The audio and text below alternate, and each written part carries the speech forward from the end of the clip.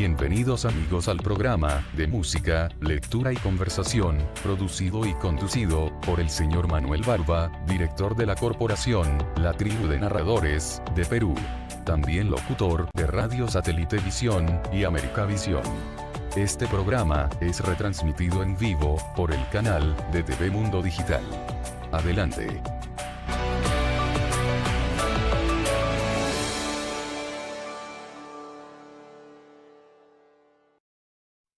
Bienvenidos amigos a una nueva edición de su programa favorito, Cuentos y Poesías con la Tribu de Narradores.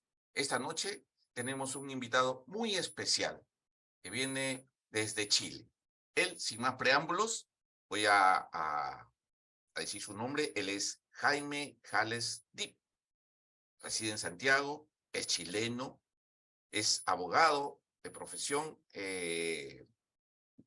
ha sido especialista o ha estado dedicado durante la época dura del hermano país de Chile a la defensa de los derechos humanos. Es poeta, es narrador, es ensayista de temas políticos, académicos y holísticos. Y además, tengo aquí como datos que ha sido seminarista, cursó teología en la Universidad Católica de Chile, es también fundador de instituciones académicas, ha sido docente, decano y rector.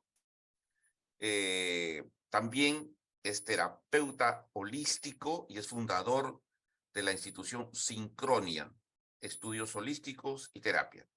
Además, es consultor en temas educacionales, ha sido dirigente de la Asociación de Escritores Chilenos y también de la Asociación de los Abogados de Chile.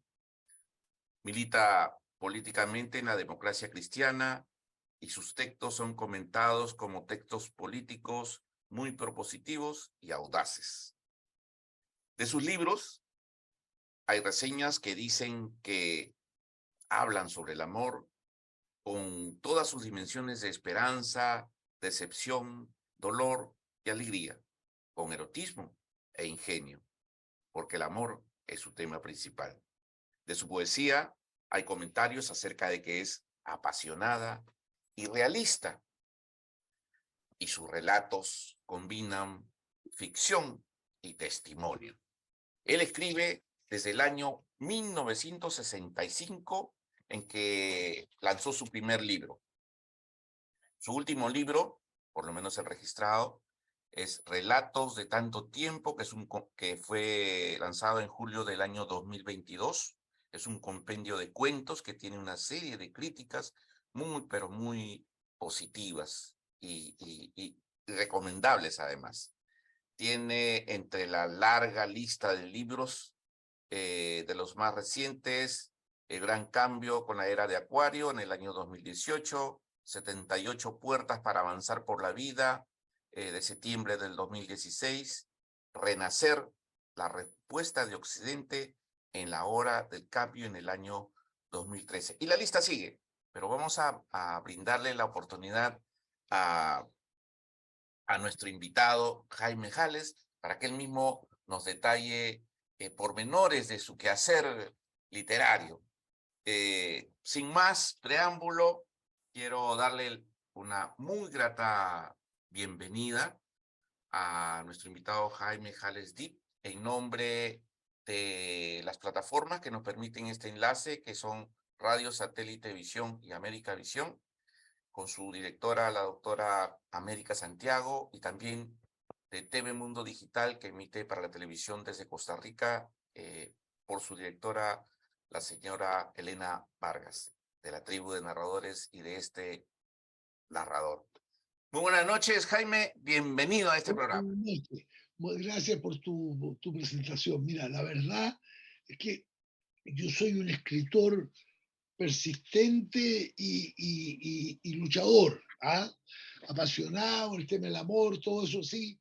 Y escrito, mira, tengo publicado como 60 libros, ¿no? Y de distintas temáticas, porque nada de lo humano deja de interesarme. Entonces me interesan los temas académicos, me interesa todo. Bueno, y he estado, ahora abrí una cosa que se llama canal de YouTube con mi nombre, en el cual leo poesía y las comparto con la gente que se quiere inscribir, suscribir al canal, que tú sabes que esas cosas son gratis, pero que me hace gozar mucho porque me permite compartir textos que están, bueno, todos mis libros están agotados y en Chile el mercado es tan chico que no se reedita. Pero tengo muchas alegrías con la poesía y con la literatura, con mis novelas. El libro más reciente, tú decías, Relatos de tanto tiempo, que son cosas que la mayoría no había publicado nunca, otras que sí las había publicado, pero que las recontextualizo. Y estoy en este momento preparando un libro que es un pequeño compendio de 3 novelas breves, ¿ya? Son 3 novelas breves que he publicado y que ahora irían en un solo volumen, y que se refieren a distintas realidades, muy, muy bonito. Y estoy escribiendo junto con mi pareja, con Maru Hernández, estamos escribiendo juntos un libro sobre la alquimia, y bueno, siempre estoy armando cosas de poesía por ahí y preparándome para publicar poesía en algún momento si es que se vuelven a dar las condiciones. Estoy muy contento con mis libros, muy contento con lo que he hecho, con mi creatividad, me ha resultado bien, yo siento que le llego a la gente, que le gusta. No tengo premios porque no concurso, no participo, no ando tras galardones, ¿me entiendes? Yo diría que simplemente mi único galardón real es es lo que me comenta la gente que me lee. Y es la reacción que yo veo de personas cuando me toca leer en público y que la gente goza con eso. A mí me gusta mucho hacer recitales de poesía, o sea, estar con gente, a veces, incluso cuando yo trabajé participaba en la Corporación Cultural de Ñuñoa, en Santiago, una comuna de Santiago, que es la comuna más culta de la ciudad. En esa época yo hacía actividades una vez al mes con distintos poetas y yo leía mi poesía y los otros poetas invitados también leían, con un público de 50, 60 personas que le gustaba mucho, y eso me hace gozar mucho a mí de darme cuenta cómo le llega mi poesía a la gente. Acabamos de tener un encuentro muy bonito de poetas en San Fernando que lo organizó la Fundación Bukowski, que es una fundación que dirige un chileno en la ciudad de San Fernando, una ciudad del sur centro de Chile, y que está a 3 horas de Santiago, o 2 horas y media de Santiago, y éramos poetas de toda América Latina, desde México hasta Chile, pasando por Argentina, Brasil, etcétera, ¿no? Y realmente fue algo muy... Y también había gente de Estados Unidos, pero poetas de castellano, que escriben en castellano. Y realmente fue muy bonito porque ahí pudimos compartir todos nuestros poemas, nos juntábamos y todos los días le tocaba a 5 o 6 poetas leer y después le leían otros y otros y otros. Fue algo muy, muy, muy hermoso, en verdad, ¿no?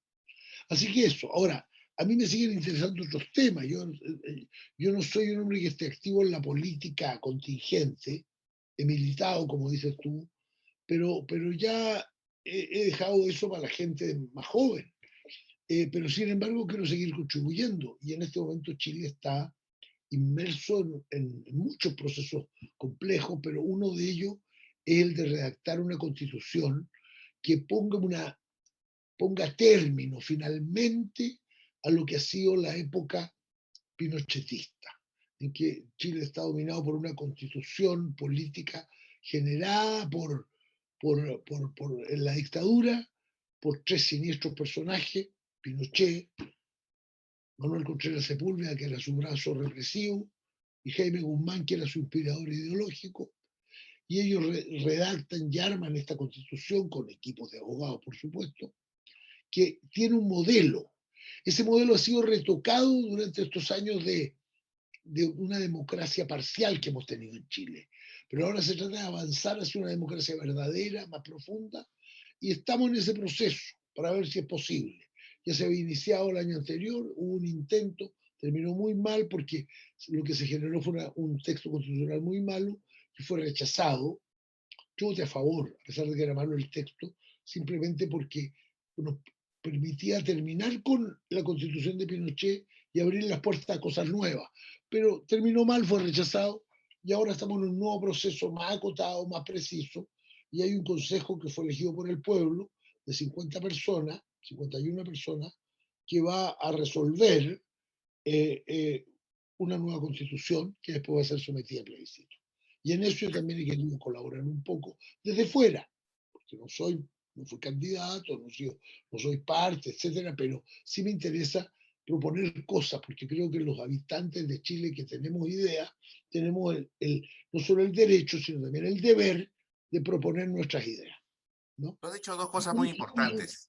Sí, Si me permites interrumpirte. Tú has dicho sí. cosas muy... Yo la verdad, te voy a ser franco, pensaba tocar el tema este de la Constitución porque he leído, tengo conocimiento que tú fuiste una de las personas que hicieron propuestas muy concretas para el tema de la Constitución en Chile.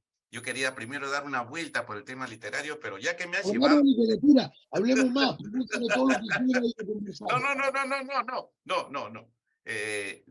Nosotros tenemos por costumbre aquí en el programa a que no dirigimos la conversación con nuestros invitados. Nuestros invitados dirigen la conversación porque se trata de dar justamente tribuna para poder expresarnos, ¿no? Muchos tenemos la posibilidad de expresarnos, nos expresamos muy bien, tenemos ideas muy claras, como tú, por ejemplo, y entonces qué mejor que usar estos canales culturales para hacer una exposición correcta y adecuada de lo que se piensa.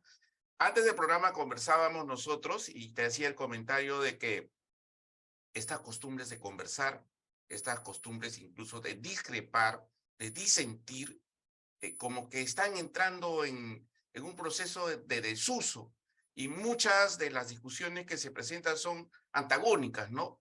Entramos en procesos en los cuales no conversamos, discutimos, ¿no? Sí, Y yo quería preguntarte justamente, porque lo de ustedes en Chile, el intento de hacer cambios positivos para beneficio común del pueblo chileno, ha tenido esta suerte de tropiezo y bueno, y de retraso. Pero estos son procesos que en realidad, como tú conoces, se tienen que dar, porque más allá de las divergencias, se trata de intereses comunes de los pueblos. Igual tenemos nosotros aquí en el Perú, por ejemplo, hemos tenido esa intención de hacer cambio y han habido proposiciones que muy lamentablemente se han quedado también en el camino y se han diferido en el tiempo. No está de más decir que nosotros hemos estado, como país, por ejemplo, en un proceso bastante difícil de desencuentro, ¿no? Pero en fin, ese es el tema del Perú.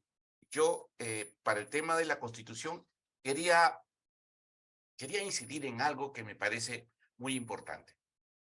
Yo he leído la propuesta que tú hiciste general para las propuestas para los cambios en la Constitución de Chile. Y, por ejemplo, tomé nota de que para el inicio, el punto de partida de la propuesta de la Constitución en Chile, tú sugieres que el Estado debe promover las organizaciones de las personas sustentadas en vínculos afectivos por contribuir ellas a la base de la armonía social, sí. que fundamentalmente es el motivo de la Constitución, ¿no? Mira, ¿Cómo? lo que pasa es lo siguiente, perdona, te interrumpo, Manuel. Tú planteas el tema esto de que se ha perdido el diálogo y hay discusión. Yo tengo la impresión de que en ciertas esferas, en los últimos 200 años, ha habido diálogo, pero en general los diálogos han sido zanjados por el poder en forma bastante autoritaria. Y entonces se ha ido desarrollando, ya en un par de siglos, una concepción de la política que claro, ya las monarquías absolutas no funcionan, entonces, como no funcionan, se generó la visión polar de la política, una visión lineal confrontacional, donde yo tengo algo y tengo dos extremos. Y en esos dos extremos entonces me muevo. O soy de izquierda o soy de derecha. Y si soy de centro me estoy moviendo de aquí para allá y tengo un poco de este y un poco el otro. Pero una visión mecánica. No es una visión completa, donde no se ve el campo de acción de la riqueza del pensamiento humano y de la afectividad humana. Porque el pensamiento y la afectividad y la espiritualidad permiten que el ser humano sea mucho más que una mirada polar. Porque yo en muchas cosas puedo estar de acuerdo con gente de izquierda, pero también puedo estar de acuerdo con gente de derecha. Hay cosas en las que puedo estar de acuerdo. ¿Y eso qué significa? ¿Que soy intermedio? No. Significa que me sitúo en un punto de la conversación donde confluyen las distintas miradas. ¿Qué es lo que yo propongo como idea matriz? No lo digo así en ningún documento, pero lo propongo en una idea. Lo tengo planteado en mi libro sobre Acuario, pero lo que digo básicamente es esto. Si nosotros en lugar de tener una mirada lineal fuéramos capaces en un plano, así como tenemos un plano, un punto y otro punto, y hacemos una línea, yo sobre el mismo plano pongo un tercer punto. Y con ese tercer punto, las dos extremos de la primera línea y construye un triángulo. Y en ese triángulo yo tengo distintas maneras de ver la realidad, que no es que yo saque un pedazo de una a otra, sino que genere un espacio, una superficie del triángulo donde confluyen las distintas miradas y donde es posible ponerse de acuerdo y donde es posible discrepar, donde es posible entenderse, donde es posible construir cosas nuevas. Porque finalmente lo que importa no es si estoy a un lado o al otro lado, sino es cómo yo permito que el ser humano interactúe sobre la base de lo espiritual, lo afectivo y lo mental de una manera muy activa, porque lo físico está. Y de esa manera entonces yo tengo una mirada completa. ¿Por qué propongo yo ese texto, por ejemplo, sobre que el Estado debe favorecer las organizaciones basadas en lo afectivo? Porque hoy día los textos constitucionales hablan de algo confuso. Dicen que la base de la sociedad es la familia. Yo digo, ¿y quién es la familia? ¿La familia es papá, mamá, hijos? ¿O la familia es mamá, hijo, papá, hijo? ¿O papá, papá, hijos adoptados? ¿O mamá, o la familia es lo constituido por los amigos? Y el que no tiene ningún nexo de pareja, y no lo ha tenido nunca, y no tiene hijos, no tiene familia, ¿quién es su familia? ¿Por qué la familia? Es una mirada conservadora, religiosa, precaria. Yo digo, son las organizaciones sociales basadas en lo afectivo. Yo tengo mi grupo de amigos, eso es potente. Yo tengo el grupo de los adultos mayores, eso es potente. Yo tengo un partido político, eso es potente. Pero está basado las organizaciones sociales basadas en un presupuesto afectivo, donde yo estoy ahí porque quiero estar allí y no estoy obligado. Entonces, la familia puede ser también parte de esas organizaciones. Yo puedo tener distintos tipos de familia, o puedo no tener familia, y sin embargo estoy inserto en la sociedad desde el punto de vista afectivo. Es ampliar la mirada, no es sesgar la mirada. La base de la sociedad es la familia, no. La base de la sociedad son las personas que se relacionan sobre la base de sus afectos, su espiritualidad y su mentalidad. Ahora, basémonos en los afectos, es que es lo central. Porque si yo no tengo afecto, los abogados decimos afecto societatis, afecto por estar en la sociedad, entonces no sirve de nada, porque mi relación con la sociedad es una relación de conflicto. Y si yo quiero ponerme de acuerdo con las personas, tengo que aceptar que el otro es una persona susceptible de ser amada y que yo puedo relacionarme bien y que nadie es completamente un enemigo. Mira, A mí esto me lo enseñó mi sobrina Teresa, cuando tenía 5 años.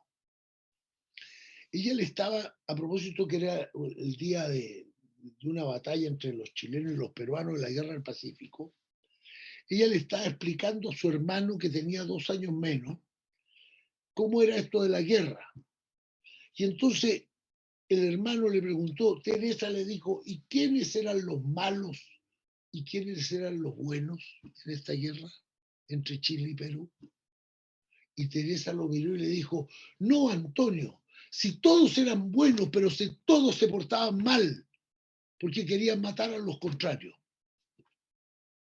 Porque al final todos somos buenos, pero también nos portamos mal. Entonces, ¿cómo nos ponemos de acuerdo para no portarnos mal y aceptar lo bueno del otro? Y yo puedo discrepar, y entonces lo sometemos a una votación popular y el pueblo va a elegir este camino o el otro por ahora, porque eso no significa que lo va a elegir para siempre. Y vamos a ir inclinando las decisiones concretas de cómo hacer esta ley, de cómo hacer esta otra ley. Pero, pero finalmente también podemos ponernos de acuerdo. Y hay muchas cosas en las que podemos decir que estamos de acuerdo. Podemos llegar a una ley tributaria, podemos llegar a una ley, qué sé yo, tantas cosas. Podemos estar de acuerdo. Y estando de acuerdo, bueno, en lo fundamental, después podemos discrepar en lo pequeño. Eso es lo que yo creo. Si nosotros fuéramos capaces de situarnos allí, podemos generar no solo la mejor constitución, sino que podríamos ser capaces de generar los mejores países.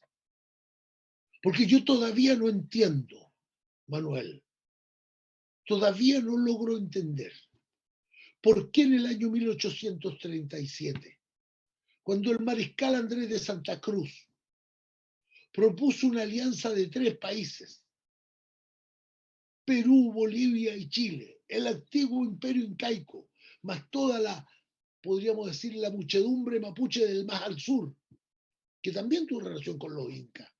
Porque cuando él propuso hacer ese gran país, Chile, Perú, Bolivia, y a lo mejor hasta podría haberse integrado Ecuador, se le ocurrió a unos descerebrados en Chile armarle una guerra. Y se produjo una guerra, la guerra contra la Confederación Perú-Boliviana. Y terminamos agarrados a lazo en vez de unirnos. ¿Por qué no pudimos unirnos? ¿Por qué no pudimos hacer un gran país? ¿Por qué no nos pudimos poner de acuerdo?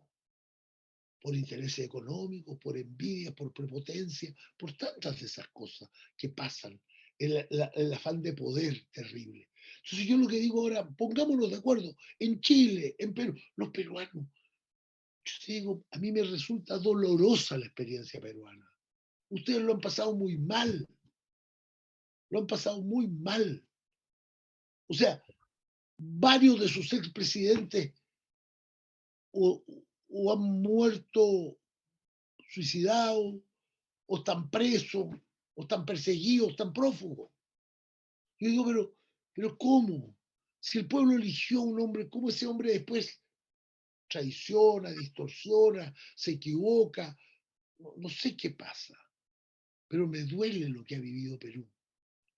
Y asume una presidenta ahora, yo no sé qué ideas políticas tiene esa presidenta, pero no me cabe duda que ella lo que ha intentado hacer es bajar la violencia y las aguas turbulentas en las que estaba viviendo.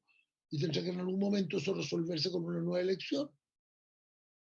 Pero, pero ¿por qué no nos podemos poner de acuerdo en un poco más allá?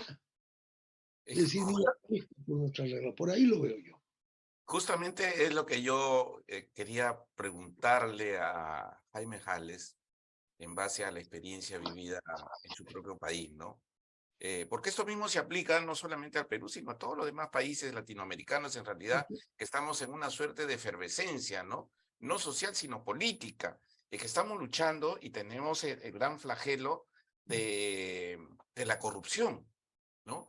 Y la corrupción nos ha contaminado de tal forma, de tal manera, que no hay institución que sea ajena a ella. Y al no ser ajena ninguna institución a la corrupción, toda la vida de las personas está puesta, digamos, sostenida de manera endeble, ¿no? porque no hay institución que vele realmente por nosotros, por los comunes, por los que elegimos. Entonces, viene una pregunta que tiene a colación con esto, ¿no?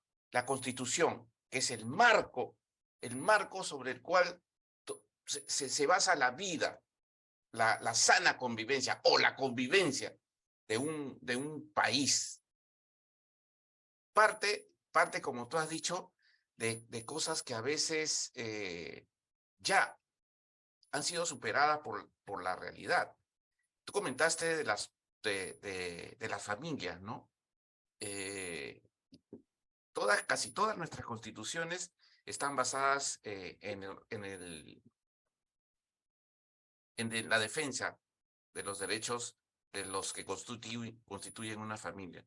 Pero la familia actualmente ha evolucionado, aunque no lo querramos aceptar, Ha pero ha cambiado. evolucionado, ¿no? O sea, ya no es la misma concepción ni siquiera mental de lo que hace 50, 70, 100 años o todo lo que fueran constituía una familia, ¿no? Que era una unión heterogénea para procreación y bueno, y de ahí venía la multiplicación y todos en conjunto formaban sociedades.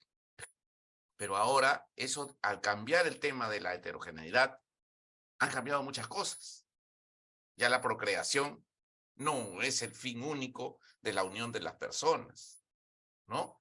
Entonces, ¿cómo considerar todo esto a la luz del marco sobre el cual los países nos regimos como que ha sido movido? Temas, por Pero, ejemplo, sí, sigue. no, dime, termina.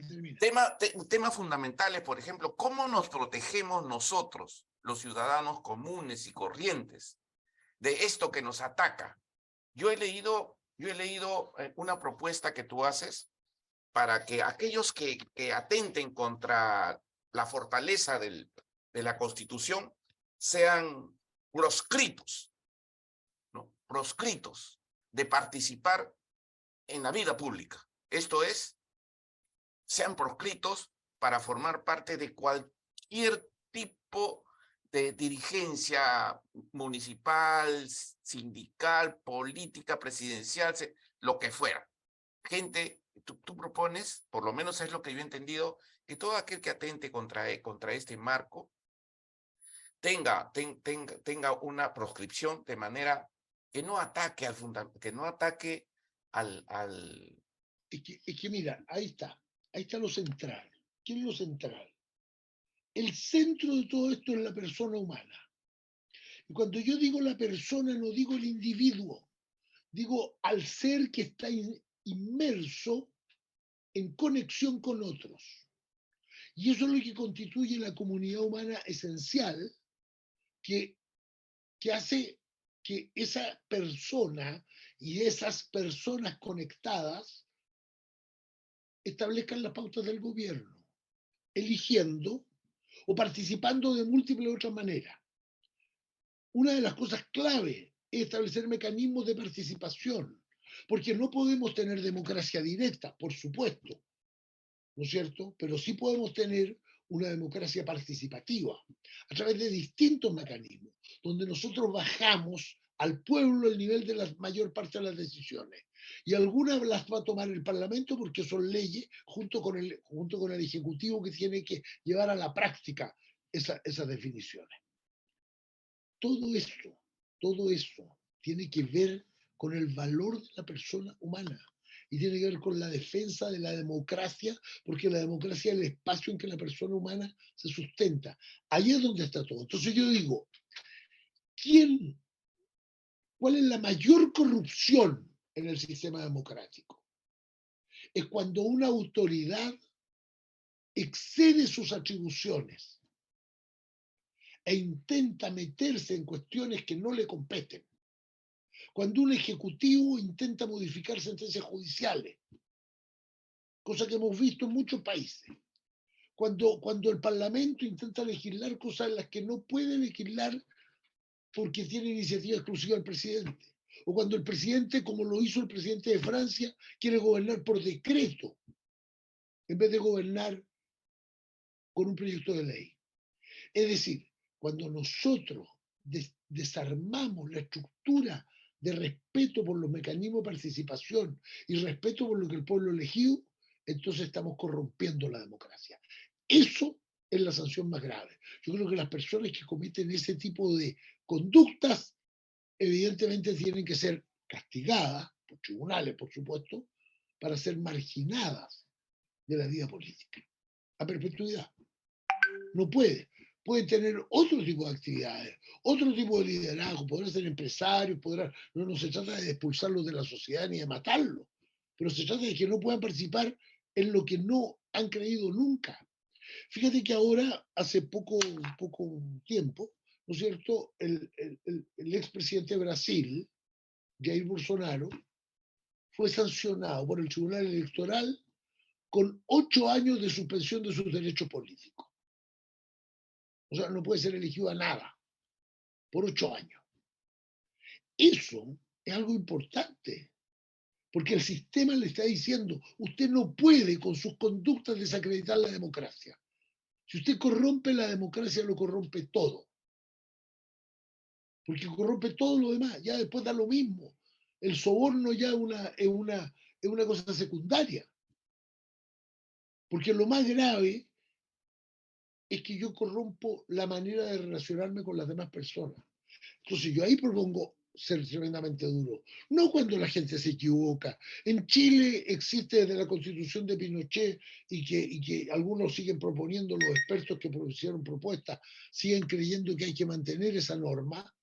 Están diciendo, si un ministro acusado constitucionalmente tiene que quedar fuera de la vida política por 5 años. Digo, ¿por qué? ¿Por qué? No se trata de hacer lo ridículo que ha hecho, ¿no es cierto?, el presidente de Bolivia. El presidente de Bolivia destituyeron al ministro en el Congreso y lo nombró de inmediato de nuevo ministro en el mismo cargo. O jugar como se hacía en Chile, que me destituían al ministro de Interior y yo lo nombraba ministro de Defensa y después ponía al de Defensa en Interior. No. Se trata de que haya alguna sanción, por supuesto. Póngale un año.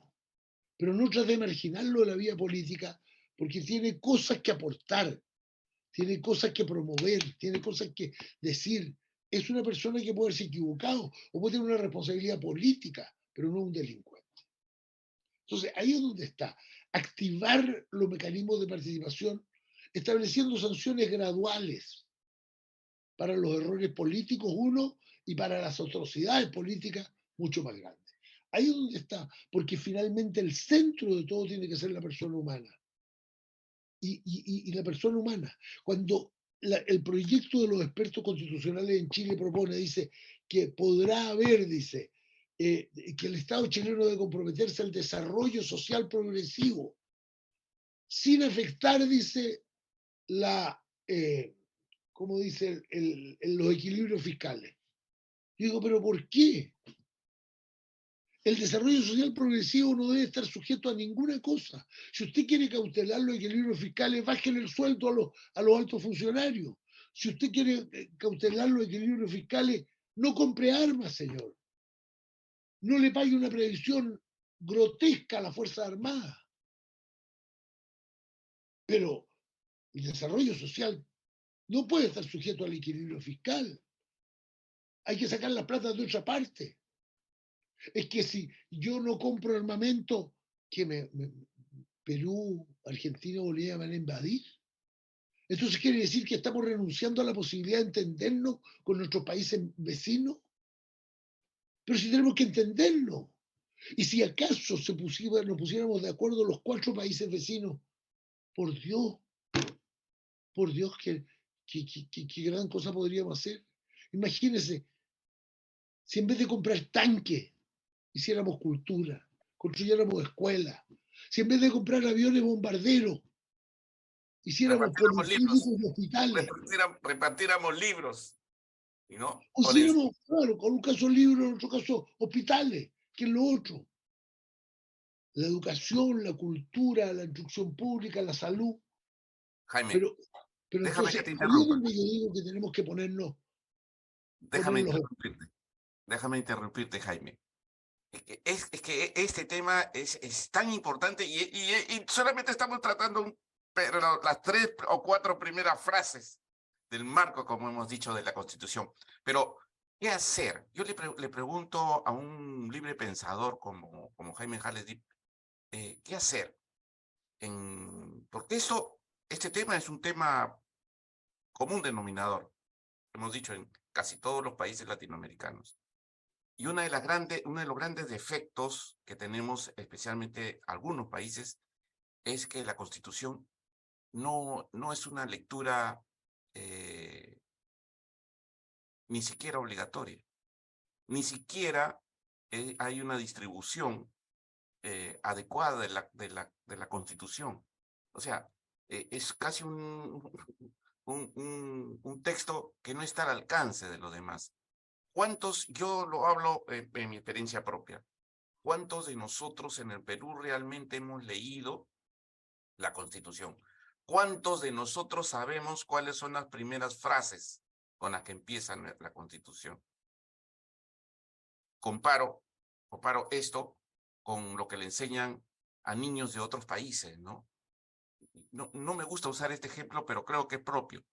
En Norteamérica, por ejemplo, la Constitución empieza con "We, the people", nosotros el pueblo. Y eso es antes que el abecedario con los niños.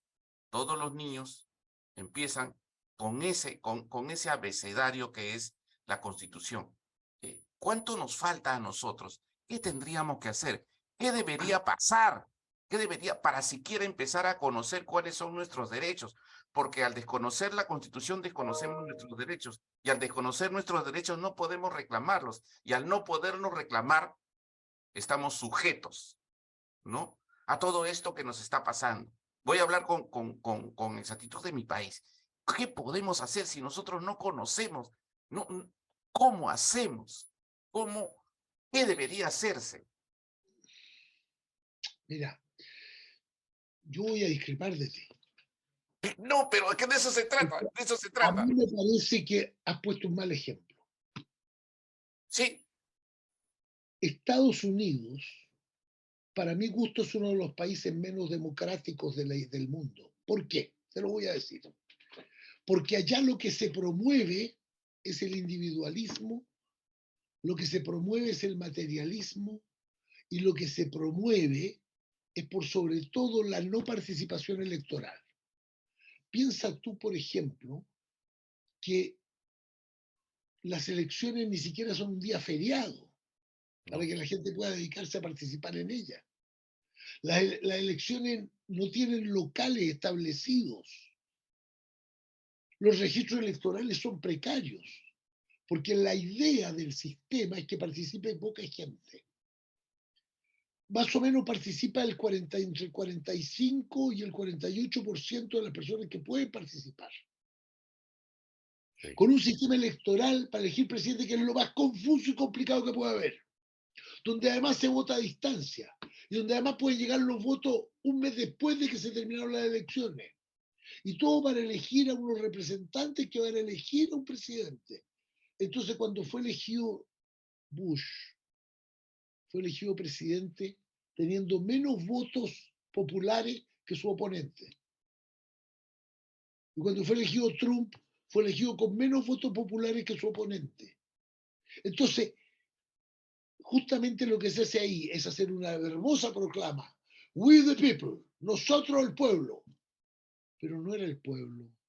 No se cumple, no se cumple. No, fueron un pequeño grupo de personas que hicieron una declaración.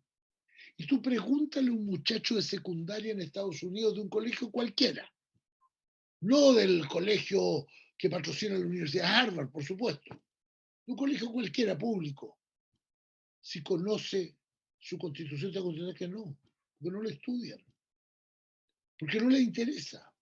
Y tampoco conocen a sus poetas. Pregúntale si conocen a Walt No, Whitman. no, sí, Tampoco tiene lo razón. conocen. Tampoco lo conocen.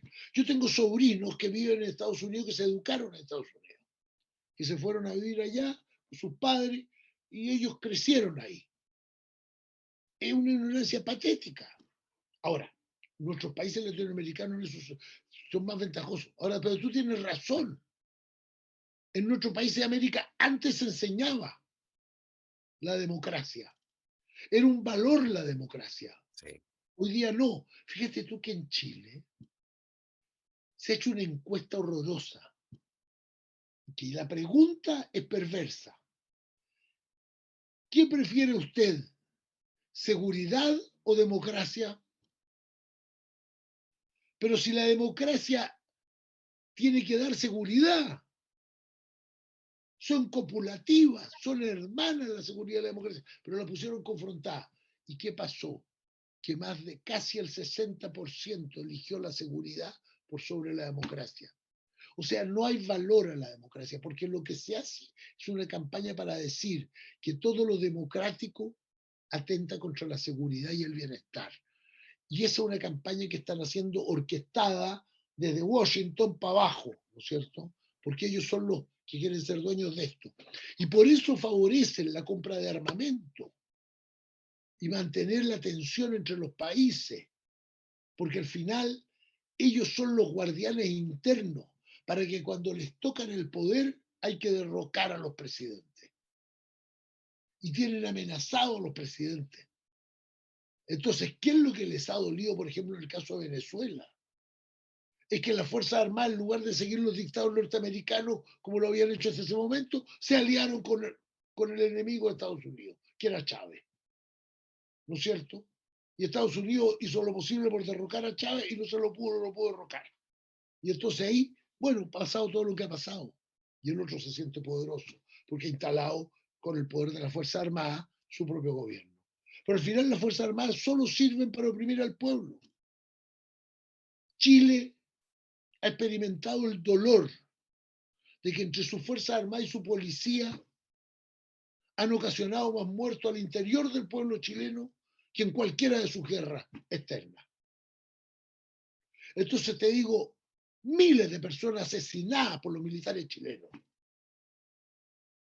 porque no se quiere que haya democracia. La gente juega con estos valores. Entonces, tú tienes razón, hay que enseñar esto, pero hay que enseñarlo no solo en la palabra, hay que enseñarlo no solo que lean la Constitución, no solo que conozcan sus derechos, también que conozcan sus deberes y también que conozcan sus compromisos y también que lo ejerciten. Entonces yo digo, elecciones contra los niños de colegio, que trabajen ellos, que elijan a sus dirigentes. Fíjense usted que hay parte del proyecto, se dice que hay que respetar el interés superior del niño, la niña y el adolescente.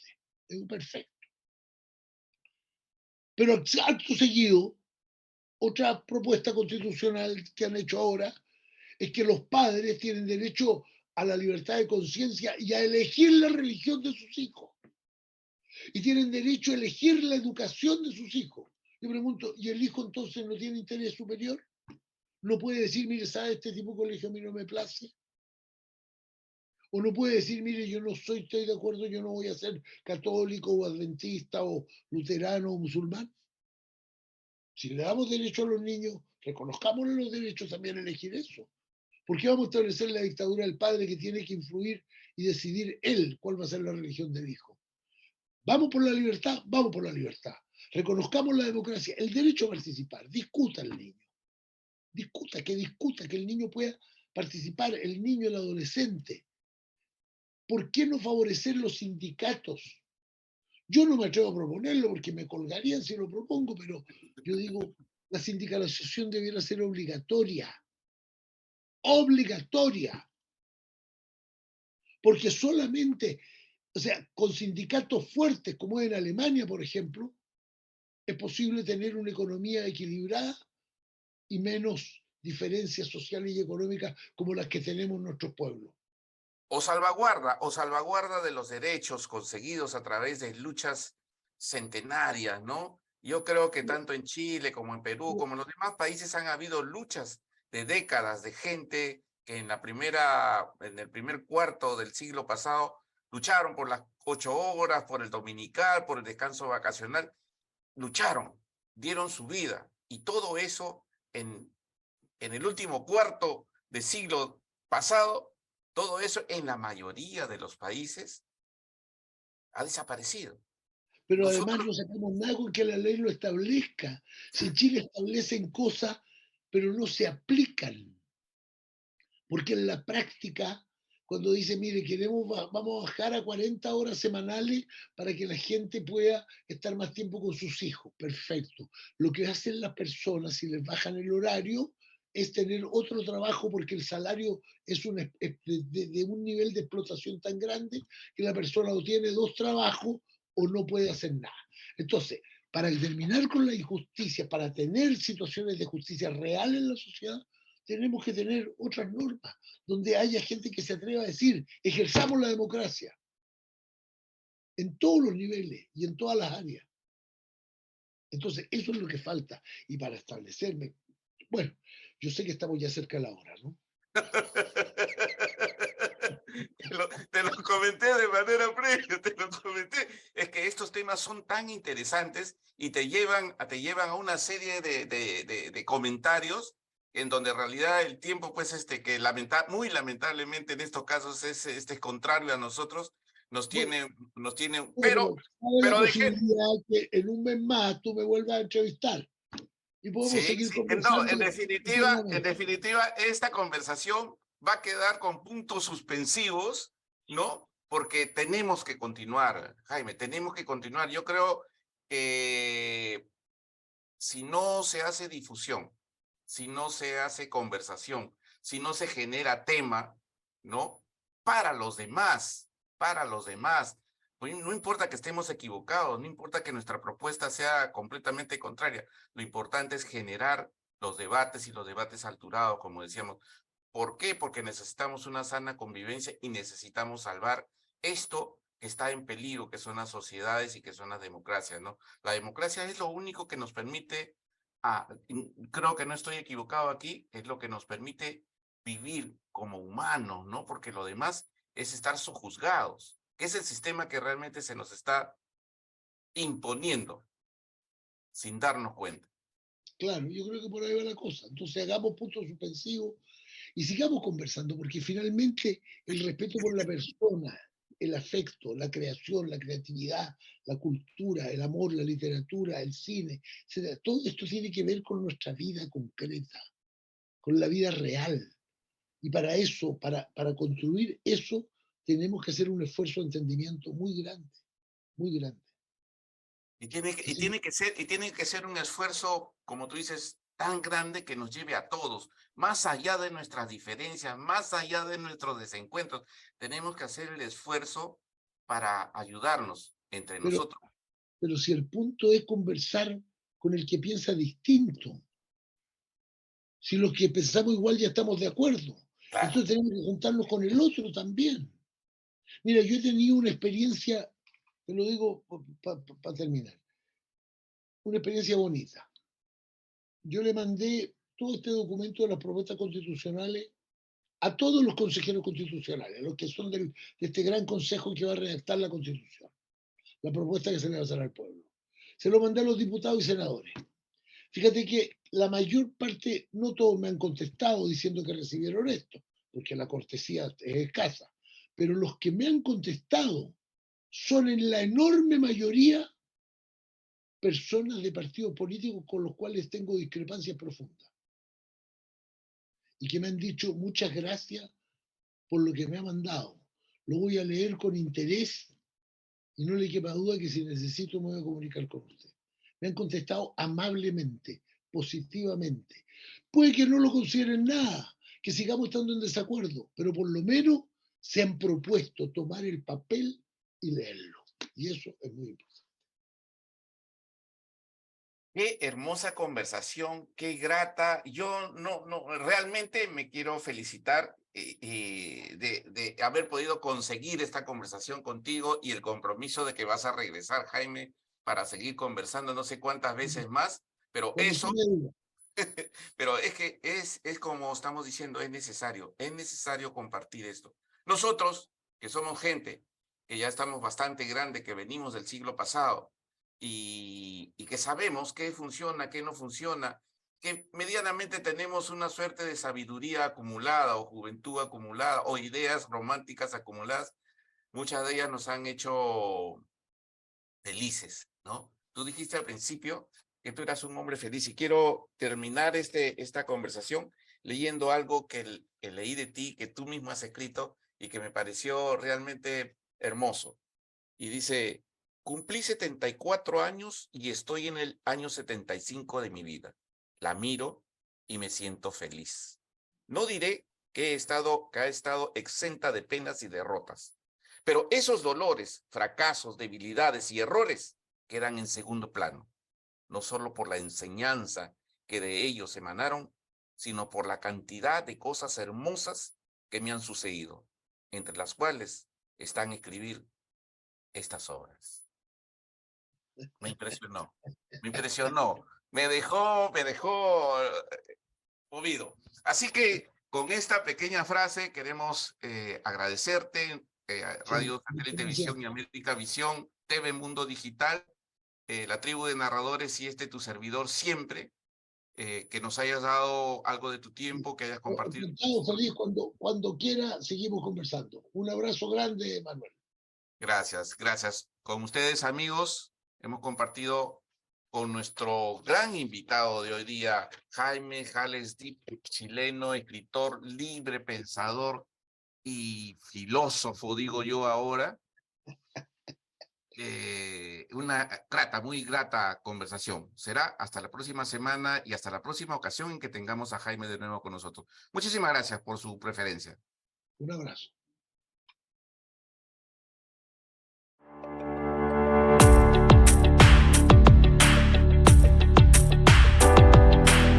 Este programa ha finalizado.